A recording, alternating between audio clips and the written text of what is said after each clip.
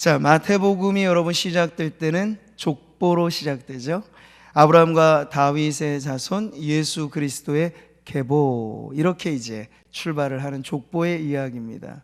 왜냐하면 유대인의 왕이신 예수님의 정통성을 아브라함과 다윗의 그 뿌리를 둔 이야기로 나오는 거죠. 그래서 그 1장이 마무리될 때는 예수님의 동정녀 탄생으로 대대적인 막을 내리고, 오늘 우리는 2장으로 살펴보는 말씀, 그것과는 전혀 또 다른 별개의 사건이 급진전이 된 건데요, 여기는 일단의 특별한 사람들의 출현으로부터 그 사건이 나오게 되죠. 동방의 박사들이라는 사람들입니다.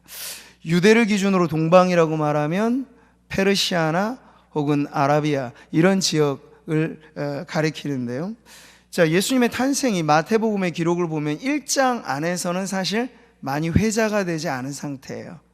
누가복음의 기록만 보더라도 양치는 목자들에게만 먼저 전해져서 그들이 와서 사실 구유에 누인 아기 예수를 보는 건 누가복음의 기록이죠. 근데 이 마태복음은 그것과는 시간차가 조금은 더 있다고 보여지는 겁니다.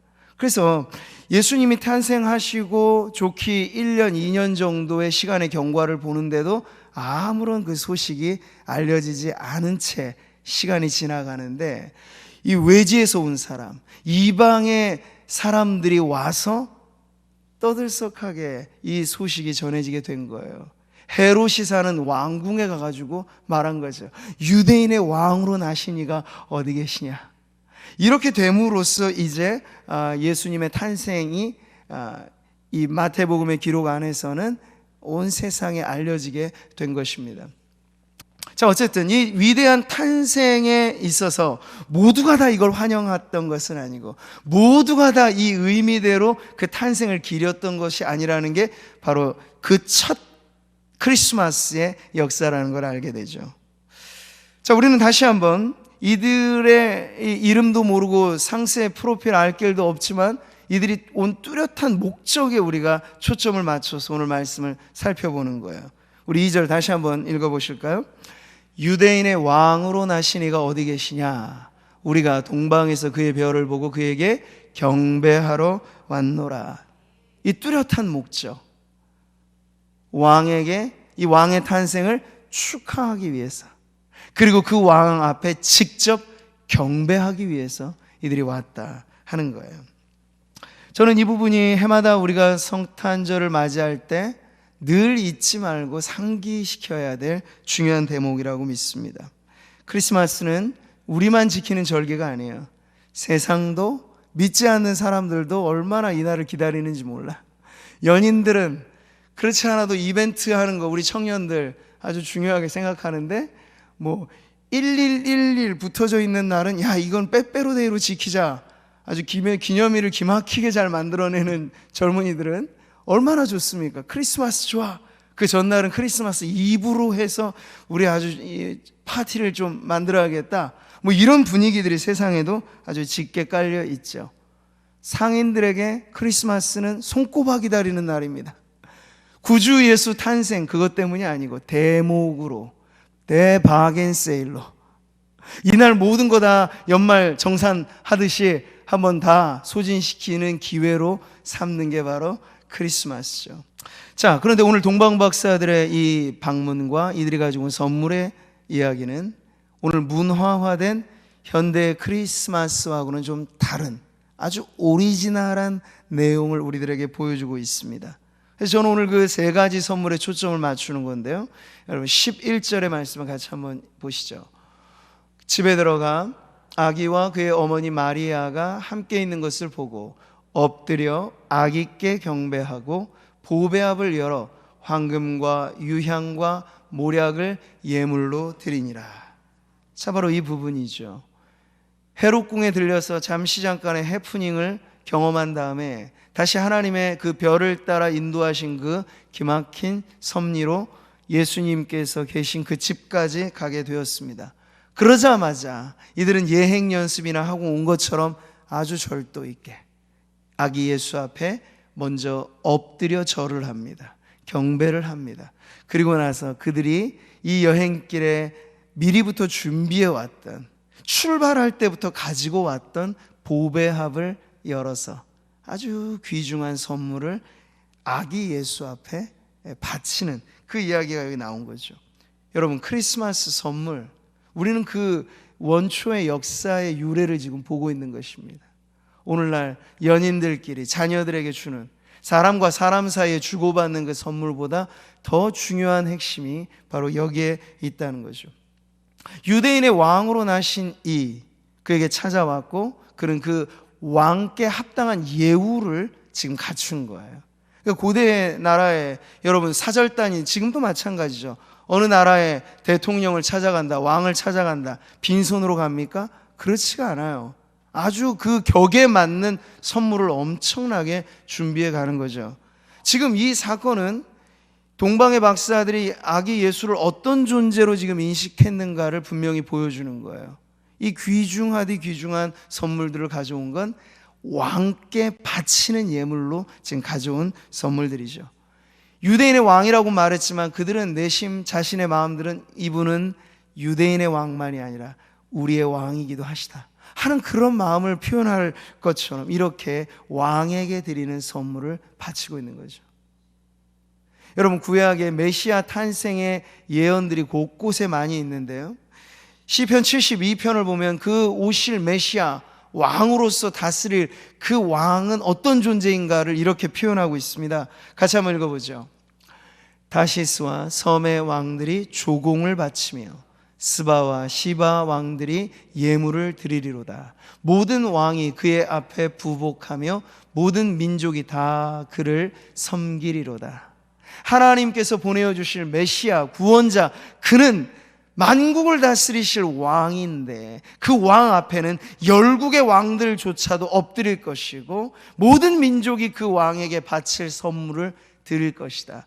그런 분이다라고 지금 소개해 주고 있는 거죠.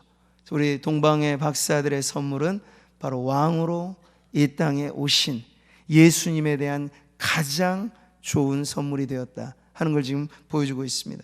그들이 생존하여 스바의 금을 그에게 드리며, 황금으로 등장하는 이 첫 번째 선물, 여러분, 이 황금이라고 하는 건 왕의 색깔이에요. 왕의 상징이죠.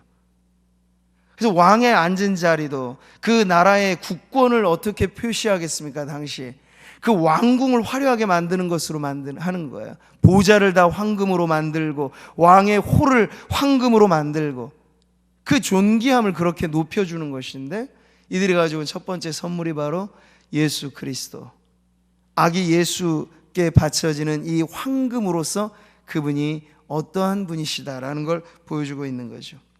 선물이라고 하는 건 여러분, 받는 사람뿐만 아니라 주는 사람의 마음입니다. 주는 사람의 마음과 태도가 담겨져 있는 것인데, 이들의 선물 안에는 바로 예수 그리스도, 이 땅에 오신 그 아기 예수에 대한 어떠한 공경의 마음이 담겨져 있는가가 너무나 잘 드러나 있는 거죠. 자, 올해 우리는 작년도 지났지만 올해도 또 어김없이 성탄절을 맞이합니다. 그러나 올해는 좀 특별하죠.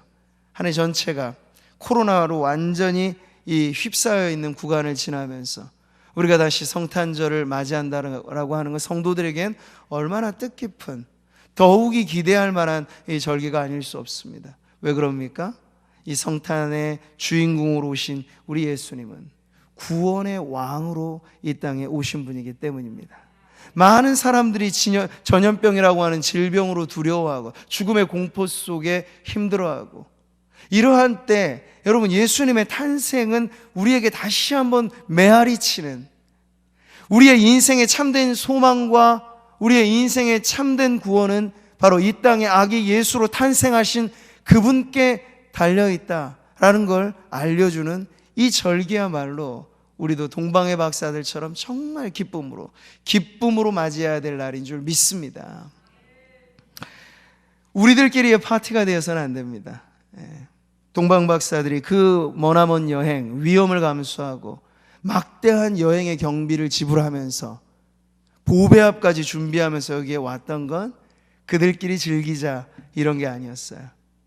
희생을 감수하고라도 이 왕에게 합당한 경배와 찬양과 예배를 드리자, 이러한 마음이 오늘 우리가 다시 한번 뜻깊은 성탄을 맞이하는 2020년 성탄절에 다시 한번 되새겨야 할 마음인 줄 믿습니다. 여러분, 우리 하나님께, 아기 예수께 금덩어리가 사실 무슨 소용이 있겠습니까? 우리는 그런데도 요즘에도 여러 문화들은 그렇잖아요. 돌 기념하면 돌반지를 막 주고, 이런 것은 하나의 마음을 표현한 선물이겠죠. 물론 여러분, 그렇다고 해서 동방 박사들이 가져온 이 예물이 자그마한 금반지 정도로 생각하시면 안 될 겁니다. 황금은 그 왕의 격위에 맞을 만한 엄청난 값어치가 있는 예물이었던 것이죠. 근데 이것 자체가 어떤 효용성이 있느냐를 따지진 않는 거예요. 그렇다고 여러분, 동방 박사들이 마리아에게 이걸 바쳤다고 합니까? 아니에요. 오해하면 안 돼요. 아기 예수께 바쳤어요.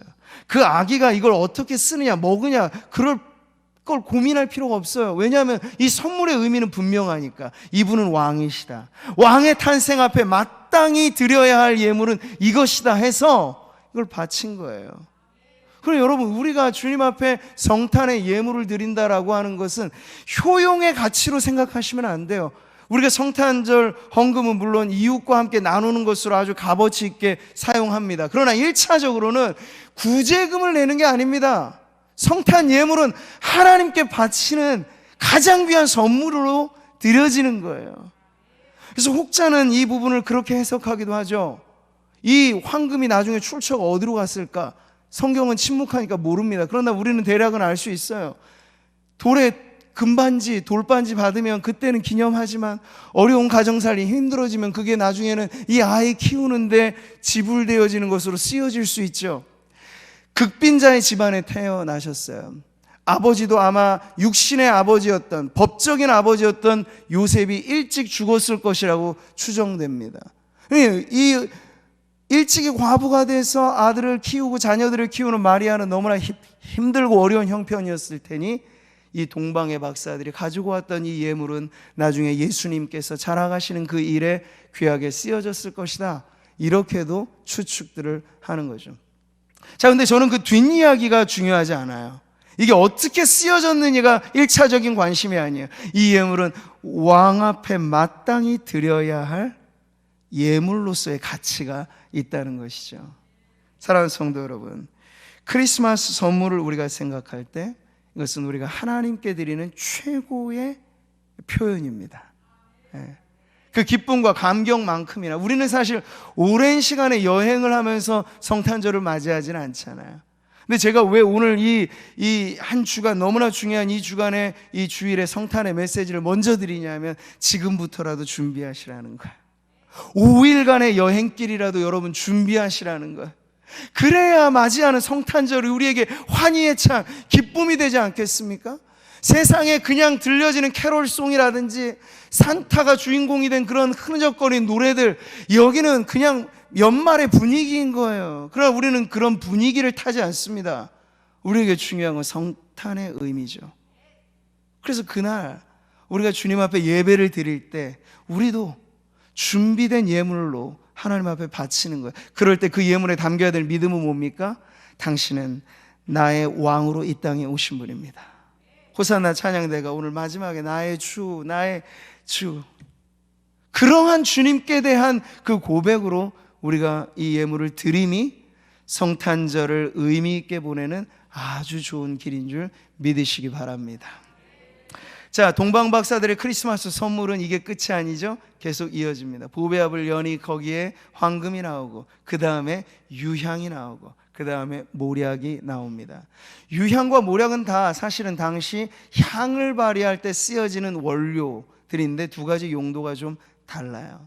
특별히 유향을 우리가 성경 안에서 그 용도를 살펴보면 어디에 많이 나와 있는가가 뚜렷한데요, 레위기에 이 유향이 많이 나옵니다. 레위기는 뭡니까? 하나님에 대한 제사법이 너무나 상세하게 잘 규명되어져 있는 말씀이죠.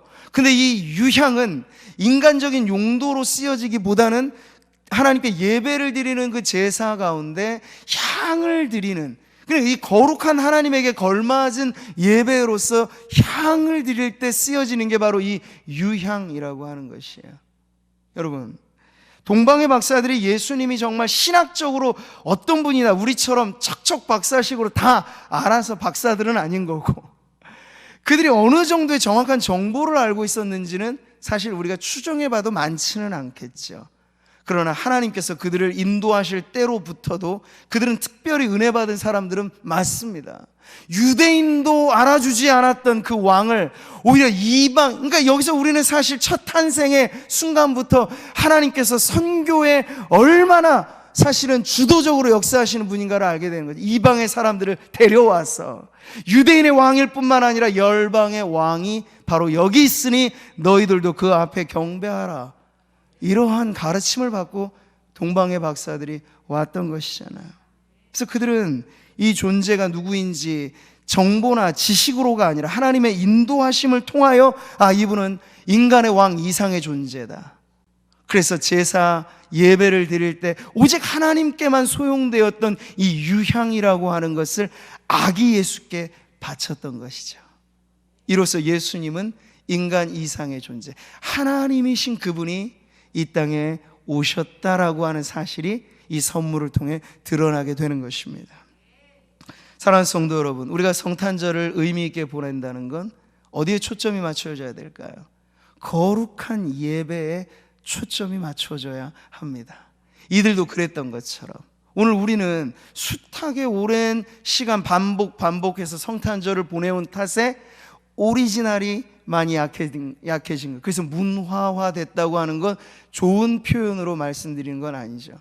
원래 의미대로의 우리가 첫 역사의 성탄절을 오늘 다시 재현한다고 한다면 우리는 그때 이 박사들이 가졌던 마음, 정성, 그 모습, 그 예물 하나하나에 담겨져 있는 신앙의 고백을 가지고 이날 경배받게 합당하신 하나님의 어린 양으로 이 땅에 오신 주님께 예배하는데 집중하시는 우리 성도님들 되시기를 축복합니다. 자, 마지막 선물의 의미를 살펴볼 차례죠. 모략입니다. 유향과도 같은 향을 발휘하긴 하지만 용도가 조금 다른 것이에요. 특별히 이 모략이 예수님의 생애와 결부가 되어서 나오게 된 건 이 첫 탄생의 자리와 그 다음에 어딜까요? 예수 십자가의 죽음의 자리에 이 모략이 나오게 되는 걸 보게 돼요. 자, 여러분, 모략이라고 하는 것은 그 당시 죽어가는 죄수들에게 마지막 주는 하나의 배려였습니다. 모략을 탄 포도주, 예수님이 그걸 받으시잖아요. 십자가 지고 가는 그 길에 이게 약간의 마취에 통증을 완화하는 성분이 들어있기 때문에 마지막으로 한번 던져주는 그러한 어떤 조치인데요. 근데 그마저도 예수님께서는 거절하셨습니다. 왜요? 힘들어도 예수님을 리얼하게 우리의 고통을 그 몸으로 감당하셔야 됐기 때문에 모략을 탄 포도주를 받지 않으셨죠. 또 하나, 요한복음 19장에 보면 니고데모가 나오는데 이미 십자가에 달려 죽으신 이후에 예수님의 장례를 치룰 때 니고데모는 상당량의 모략을 가져왔습니다. 이때 쓰여진 모략은 방부 처리 효과가 있는 그러한 재료로서 장례식장에서 자주 사용되어지는 아주 귀중한 재료였습니다. 자, 그런 예수님의 생애에서 모략은 탄생과 죽음의 순간에 이게 너무나 중요하게 나타나는 걸 보게 되는 거죠. 동방 박사들이 그들의 예지력으로 이걸 가져왔다고 생각하지 않아요. 하나님께서 많고 많은 선물 중에 이 왕에게 합당한 선물이 무엇일까? 어떤 의미에서 황금은 너무나 합당한 선물로 여겨졌을 텐데 유향과 모략은 하나님께서 그 왕이 어떠한 존재인가를 가르쳐 주시는 의미 안에 선별된 선물로 여겨지는 거죠. 이 모략, 탄생에서부터 죽음의 메시지를 담고 있는 이 선물, 일반 사람들에게는 사실 기분 좋은 선물은 아닐 것 같아요. 태어나서 백일잔치하고 있는 아이에게 모략을 선물로 준다, 이건 좀 이상하게 받아들여질 수 있는 거겠죠. 우리 품 안에 있는 어린 아기를 보면서 죽음을 생각하는 사람들은 없습니다. 그런데 이분은 그걸 위해서 오신 분이에요. 그러니까 우리는 성탄절을 그냥 뜻모른 즐거움으로만 희희낙낙할, 그렇게 소비시켜야 될 날이 아닌 거예요.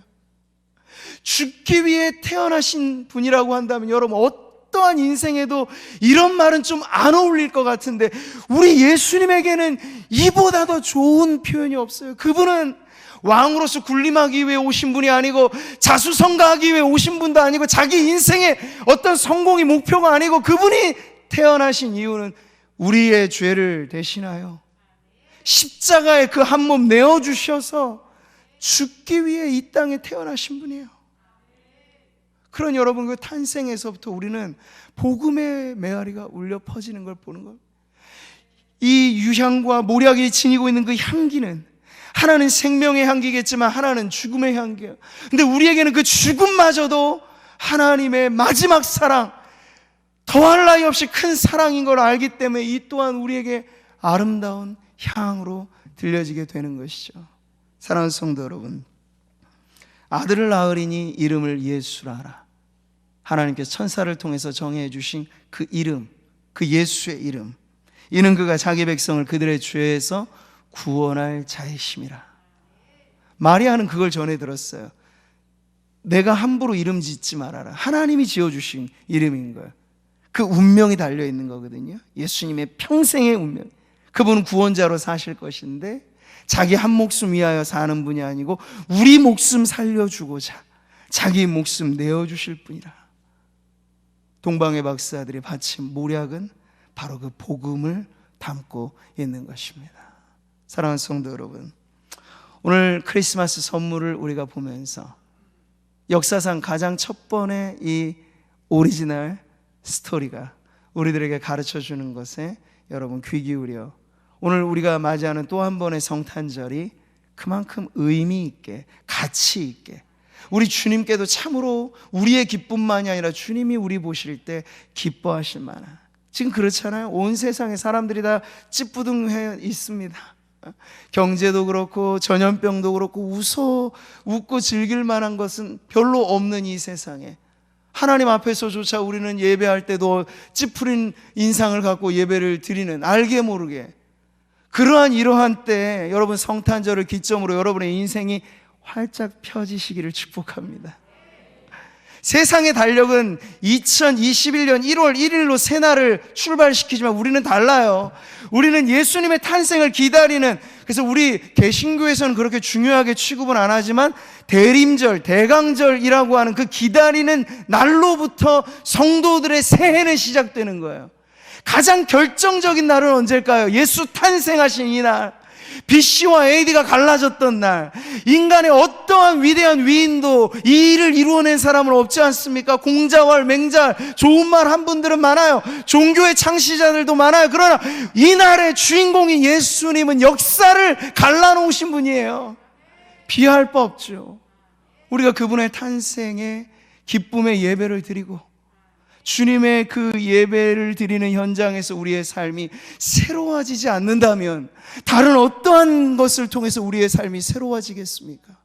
그럼 여러분, 이 성탄의 계절, 이 한 주간을 보내시면서 저와 여러분의 인생에 다시 한번 기쁨의 소식 울려 퍼지는, 복음의 감동 속에 우리의 인생이 어떤 시련에도 굴하지 않는 기쁨에 찬 성도의 삶으로 다시 한번 새해를 시작하시는 성도님들 되시기를 주님의 이름으로 축복합니다.